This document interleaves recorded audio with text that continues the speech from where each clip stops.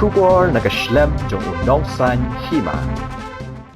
President jangka United Democratic Party East Khasi Hills District uba Tito Starwell Khan ha kasi balang mulai thu baya kamau plang circle la thau haswa ka election sya ka yung dorbar thawan arajar arpulai uba Khan uloong habaro kini gipor ka UDP mau plang circle kamdan ya kiken hun ki babyang bantrei kam badmenta ka artarik unai wing kilayo banthong ye kinong yalam bathamai bala IT haki banthaw ka election committee badru ban khot application na ka banta ukertong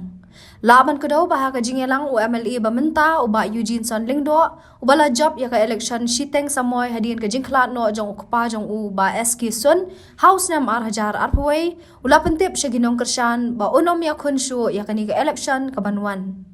uba Tito sula ongru baha ka jingelang uba Eugene Son ulay thu yaki ba ya khunshu ya ka election na ka daw shimen President ka East Khasi Hills District ulaong ba uba lingdo ula pentip syaki ba undan bed bat kaseng meneng adang wan na po mo plang ngidang yadep pelong ya ka general meeting jong ki nongkit kam na baro ki snong jong ka mo plang konstitusi te hakani ka sngi ngila adep ya form ya ka circle chwa namar ba kumbalong baro sikata ka mo plang konstitusi kamdon ya ki nongkit kam bapura jong ka parti tena takadaw meneng ngila jet ya kinongkit kam but ngila IT hakini kinongkit kam bakin form ya ka election committee but ban khot application na kabanta kinu nu ki kertong lani ki candidate ki bakwa ban ya khun ya ka election napo ka parti UDP na mo plang konstitusi ki kada bu ba Eugene ai sa kram din meneng ka jinga kren hapo ka meeting na kaliang ba Eugene uang ba na kaliang ka jong uhi ula rai ba unnam la syu ban continue ya ka ni ka kam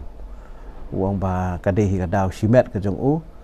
uang ba ngamla syu ke uang ba wat nom sui e bana kaliang ka jong u nom la syu ban election tenrei uang ban yai don ya ka parti te takadaw menne ki babun balang ila ban set ha uhi kum u president jong ka mau plang circle jong ka UDP